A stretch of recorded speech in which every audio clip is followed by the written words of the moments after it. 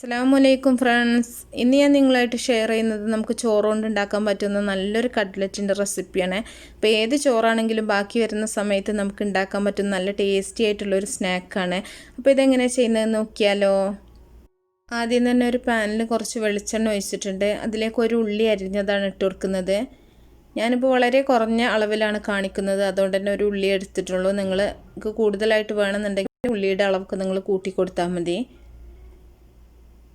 ഇത് നമുക്ക് ഒരുപാട് മൂപ്പിച്ചെടുക്കേണ്ട ആവശ്യമൊന്നുമില്ല, ചെറുതായിട്ടൊന്ന് വഴറ്റിയെടുത്താൽ മാത്രം മതി.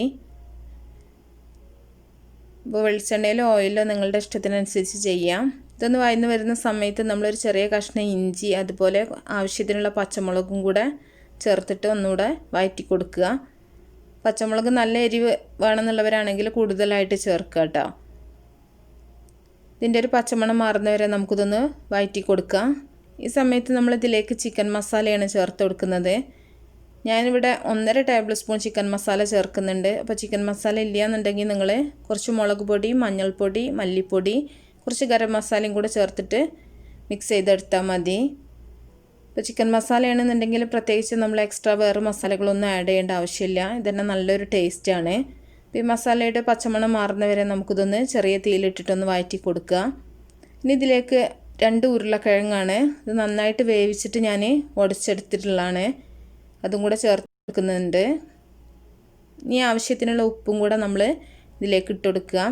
ഉരുളക്കിഴങ്ങ് വേവിച്ചെടുക്കുന്ന സമയത്ത് ഉപ്പിട്ടിട്ടുണ്ടെന്നുണ്ടെങ്കിൽ നിങ്ങൾ അതിന് അനുസരിച്ചിട്ട് നോക്കിയിട്ട് വേണം പിന്നെ നമ്മൾ ഉപ്പ് ചേർത്ത് കൊടുക്കാനായിട്ട്.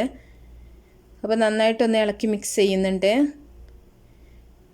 ഇനി കുറച്ച് മല്ലിയിലയും കൂടെ ഞാൻ ഇട്ട് കൊടുക്കുന്നുണ്ട്. കറിവേപ്പില ഉണ്ടെന്നുണ്ടെങ്കിൽ കറിവേപ്പിലയും കൂടെ ചേർത്ത് കൊടുക്കുക. അപ്പോൾ നമ്മുടെ മസാല ഇവിടെ റെഡി ആയിട്ടുണ്ട്. തീ ഓഫ് ചെയ്തിട്ടുണ്ട്. ഇനി നമുക്കിത് ചൂടാറാനായിട്ട് മാറ്റി വെക്കാം. നല്ല എരിവൊക്കെ ആവശ്യമുള്ളവരാണെങ്കിൽ എരിവൊക്കെ നന്നായിട്ട് ചേർത്താൽ മതി കേട്ടോ. അപ്പോൾ നല്ല സ്പൈസി ആയിട്ട് തന്നെ നിങ്ങൾക്ക് കിട്ടും. ഇനി നമ്മൾ ഒരു 1.5 കപ്പ് ചോറ് എടുത്ത് വെച്ചിട്ടുണ്ട്. സാധാരണ ചോറാണ്. അപ്പോൾ നന്നായിട്ട് വേവിച്ച ചോറാണെങ്കിലും നല്ലതാണ് കേട്ടോ. അപ്പോൾ നമുക്കിത് വേണമെന്നുണ്ടെങ്കിൽ ഒന്ന് മിക്സിയിൽ ഇട്ടിട്ട് ഒന്ന് അടിച്ചെടുക്കുക. അല്ലെങ്കിൽ ഞാൻ ഒരു സ്പൂൺ വെച്ചിട്ട് എന്തെങ്കിലും വെച്ചിട്ട് നന്നായിട്ടൊന്ന് ഉടച്ചെടുത്താലും മതി. ഞാനിപ്പോൾ ചെറുതായിട്ടൊന്ന് ഉടച്ചെടുത്തിട്ടുള്ളൂ. അതാണ് ചേർത്ത് കൊടുക്കുന്നത് ഈ ഉരുളക്കിഴങ്ങ് മസാലയിലേക്ക്.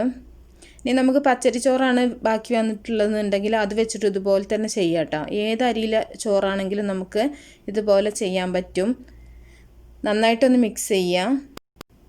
അപ്പോൾ നിങ്ങൾക്ക് ചോറ് ഇതുപോലെ കിടക്കണ്ടെന്നുണ്ടെങ്കിൽ ഒന്ന് മിക്സിയിലിട്ടിട്ട് വെള്ളമൊന്നും ചേർക്കാൻ തന്നെ ഒന്ന് ചതച്ചെടുത്താൽ മതി. നന്നായിട്ടൊന്ന് മിക്സ് ചെയ്തിട്ട് ഉപ്പുണ്ടോ എന്ന് നിങ്ങളൊന്ന് ചെക്ക് ചെയ്യുക കേട്ടോ. നമ്മൾ നേരത്തെ ഇട്ട ഉപ്പാണ്, അപ്പോൾ അത് പാകമായിട്ടുണ്ടോ എന്നുള്ളത് നോക്കുക. ഇല്ലെങ്കിൽ വേണമെങ്കിൽ ചേർത്ത് കൊടുക്കുക. ഇനി നമുക്കിത് സാധാരണ നമ്മൾ കട്ട്ലറ്റ് ഉണ്ടാക്കുന്ന പോലെ തന്നെ ഏത് ഷേപ്പിൽ വേണമെങ്കിലും നമുക്കിത് ഉരുട്ടിയെടുക്കാം.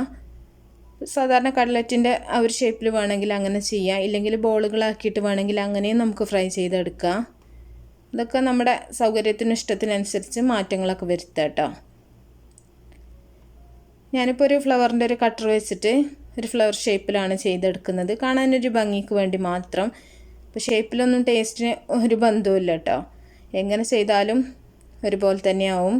അപ്പോൾ പെട്ടെന്നൊക്കെ ചെയ്യണമെന്നുണ്ടെങ്കിൽ സാധാരണ കട്ട്ലറ്റിൻ്റെ ഷേപ്പിലൊന്ന് റൗണ്ടാക്കിയിട്ട് തന്നെ ഷേപ്പ് ചെയ്തെടുത്താൽ മതി. അപ്പോൾ ഇതുപോലെ ചെയ്ത് വെച്ചിട്ടുണ്ട്. ഇനി നമ്മൾ കട്ട്ലറ്റ് ഉണ്ടാക്കുന്ന പോലെ തന്നെ മുട്ടയുടെ മിക്സിൽ ഒന്ന് മുക്കിയെടുത്തിട്ട് ബ്രെഡ് ക്രംസിൽ റോൾ ചെയ്തിട്ട് ഫ്രൈ ചെയ്തെടുക്കുകയാണ് ചെയ്യുന്നത്. മുട്ട വെറുതെ അങ്ങോട്ട് ഒന്ന് ഒരു ഫോർക്ക് വെച്ചിട്ടൊന്ന് അടിച്ചെടുത്തിട്ടുള്ളതാണ്. ഇല്ലെങ്കിൽ നിങ്ങൾക്ക് മുട്ടയും പാലും കൂടെ ചേർത്തിട്ട് അങ്ങനെ വേണമെങ്കിലും മിക്സ് ചെയ്തെടുക്കാം. അപ്പോൾ ഞാനിവിടെ റസ്ക് പൊടിയാണ് എടുത്തിട്ടുള്ളത്. ബ്രെഡ് വീട്ടിലുണ്ടെന്നുണ്ടെങ്കിൽ ബ്രെഡ് ഒന്ന് മിക്സിയിൽ ഇട്ടിട്ട് ഒന്ന് പൊടിച്ചെടുത്താലും മതി. അപ്പോൾ നമുക്ക് എല്ലാം ഇതുപോലെ തന്നെ ഒന്ന് ചെയ്ത് വെക്കാം. ഇനി ഡബിൾ കോട്ടിങ് വേണമെന്നുണ്ടെങ്കിൽ ഒന്നും കൂടെ മുട്ടയുടെ മിക്സിൽ മുക്കിയിട്ട് വീണ്ടും ആ ഒരു ബ്രെഡ് ക്രംസിൽ ഒന്നുകൂടെ റോൾ ചെയ്തെടുത്താൽ മതി. അപ്പോൾ നല്ല ക്രിസ്പി ആയിട്ടുള്ള നല്ലൊരു കട്ടിയുള്ള ലെയർ നിങ്ങൾക്ക് കിട്ടും. അപ്പോൾ നമുക്ക് എല്ലാം ഇതുപോലെ തന്നെ ചെയ്യുന്ന സമയത്ത് തന്നെ നമ്മൾ ഓയിലൊന്ന് ചൂടാക്കാൻ വേണ്ടിയിട്ട് വെച്ചിട്ടുണ്ടെങ്കിൽ നമുക്ക് പെട്ടെന്ന് തന്നെ ഫ്രൈ ചെയ്തെടുക്കാൻ പറ്റും. നമുക്ക് ഓയിലിലോ വെളിച്ചെണ്ണയിലൊക്കെ ഫ്രൈ ചെയ്തെടുക്കാം കേട്ടോ. വളരെ പെട്ടെന്ന് ഉണ്ടാക്കാൻ പറ്റുന്ന നല്ലൊരു സ്നാക്കാണ്. ഇപ്പോൾ ചൂടായ ഓയിലിൽ ഓരോന്നായിട്ട് ഇട്ടിട്ട് നമുക്ക് ഫ്രൈ ചെയ്തെടുക്കാം. നല്ല ചൂടായിട്ട് വേണം നമ്മൾ ഓരോന്നും ഇട്ടെടുക്കാനായിട്ട്. ചൂട് കുറവാണെന്നുണ്ടെങ്കിൽ പെട്ടെന്ന് തന്നെ പൊട്ടിപ്പോകാൻ സാധ്യതയുണ്ട്. അപ്പോൾ അത് നിങ്ങളൊന്ന് ശ്രദ്ധിക്കുക. നമ്മൾ സാധാരണ കട്ട്ലറ്റൊക്കെ ഉണ്ടാക്കുന്ന ആ ഒരു രീതിയിൽ തന്നെയാണ് ഇത് ചോറാണെന്നൊന്നും ഒരിക്കലും പറയൂല കേട്ടോ, കഴിക്കുമ്പോൾ നല്ല ടേസ്റ്റാണ്. ഇപ്പോൾ വീട്ടിലൊന്നും ഇല്ലാതിരിക്കുന്ന സമയത്ത് നമുക്ക് ഉണ്ടാക്കാൻ പറ്റുന്നൊരു സ്നാക്കാണ് കേട്ടോ അത്. ഉരുളക്കിഴങ്ങ്, ചോറ്, ഇതൊക്കെ എപ്പോഴും വീട്ടിലുണ്ടാകുന്ന സാധനങ്ങൾ തന്നെയാണ്. അപ്പോൾ നമുക്ക് എല്ലാം ഇതുപോലെ തന്നെ ഒന്ന് ഫ്രൈ ചെയ്തെടുക്കാം.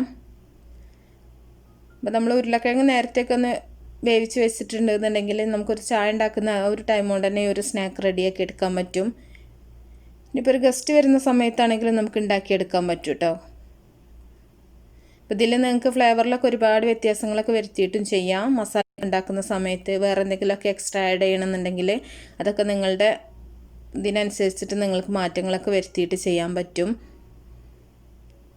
അപ്പോൾ എല്ലാവരും ഒരു പ്രാവശ്യമെങ്കിലൊക്കെ ഉണ്ടാക്കി നോക്കട്ടോ, ചോറൊക്കെ ബാക്കി വരുന്ന സമയത്ത്. അപ്പോൾ ഉണ്ടാക്കി നോക്കുന്ന സമയത്ത് നിങ്ങളുടെ അഭിപ്രായങ്ങളൊക്കെ നിങ്ങൾ അറിയിക്കുക. ഇഷ്ടപ്പെടുകയാണെങ്കിൽ ലൈക്ക് ചെയ്യാനും ഷെയർ ചെയ്യാനും നിങ്ങൾ മറക്കരുത്. അപ്പോൾ ഇൻഷാ അല്ലാഹ് നല്ല റെസിപ്പികളൊക്കെ ആയിട്ട് നമുക്ക് അടുത്തൊരു വീഡിയോയിൽ കാണാം. ഓക്കേ.